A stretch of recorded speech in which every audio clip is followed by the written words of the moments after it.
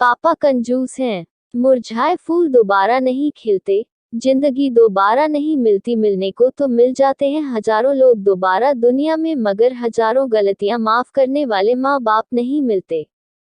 ये कहानी है एक नौजवान लड़के की जो गुस्से में अपने घर से निकल आया है और बड़बड़ा रहा है। छुपा कर रखते हैं सारे पैसे। एक मोटर बाइक ही तो मांगी थी मैंने, कोई खजाना तो नहीं मांग लिया। ठीक है कोई बात नहीं, अगर वो मुझे बाइक नहीं दिलाना चाहते तो मैं भी तब तक घर नहीं जाऊंगा जब तक कि मैं नई मोटर बाइक नहीं खरीद लेता। लड़का ये गुस्से में बड़बड़ाते हुए जा रहा, तभी उसके पैरों में कुछ चुभा। पैरों की तरफ देखा तब उसे रियलाइज्ड हुआ कि वो हड़बड़ी में अपने बदले अपने पापा के जूते पहन कर आया।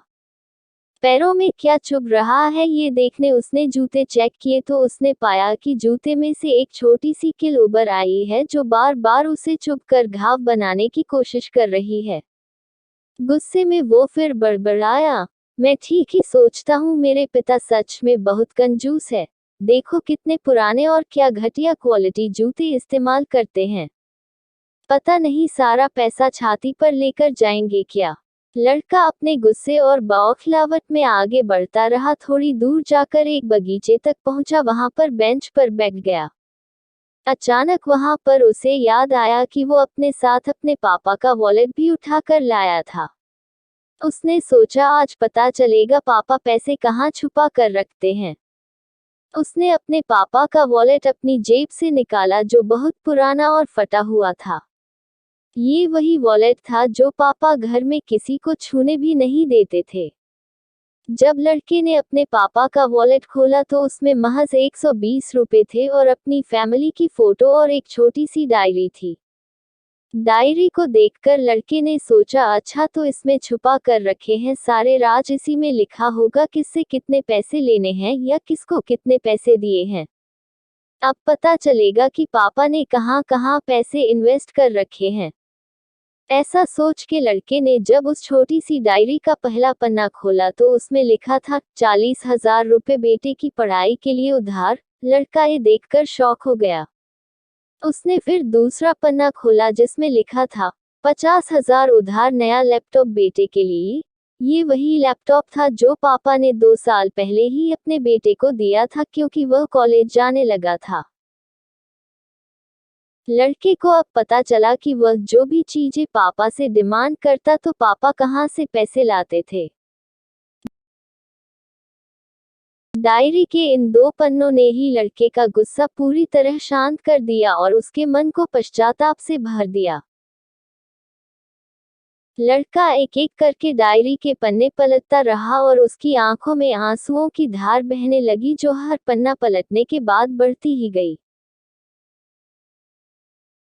उसे पता चलता गया कि पापा ने अपनी फैमिली की जरूरतों को पूरा करने के लिए किस किस से कितना उधार लिया है। पन्ना पलटते पलटते लड़का पिछले दिन की डेट तक पहुंचा। पिछले दिन की तारीख वाले पन्ने पर लिखा था 50,000 बेटे की बाइक के लिए। इस पन्ने को पढ़ते ही बेटे को लगने लगा कि वो इस दुनिया का सबसे खराब बेटा है। लड़के ने जब डायरी का आखिरी पन्ना खोला तो उसमें लिखा था अच्छे जूते खरीदने हैं। हालांकि यह लाइन बेटे को समझ में नहीं आई, लेकिन वह अब जल्द से जल्द अपने बाप को मिलना चाहता था, इसलिए वह बेंच से उठा और अपने घर की ओर तेजी से चलने लगा। बगीचे के थोड़ा आगे रास्ते में पानी गिरा हुआ था जिस पर चलने के बाद लड़के को अपने पैरों में ठंडक महसूस हुई। उसने अपने पैरों से जूते उतार कर देखे तो दोनों जूते नीचे तल से फटे हुए थे जिनसे पानी रिसकर पैरों तक आ रहा था। जूते में निकली कील भी लड़के के पैर में जख्म बनाने में कामयाब हो गई थी। अब बेटे को माँ की वह बातें याद आई जब माँ पापा से कहा करती थी अब तो नए जूते ले लो, कितने पुराने हो गए हैं। और पापा ये कहकर टाल दिया करते थे अभी तो लिए हैं, कुछ साल और चल जाएंगे।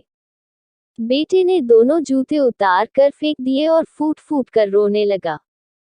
लड़का बड़ी तेजी से अपने घर की तरफ दौड़ा, न जाने उसमें इतनी ताकत कहाँ से आ गई कि रास्ता बहुत लंबा होने के बावजूद वह थोड़ा भी नहीं थका और सीधे अपने घर ही जाकर रुका।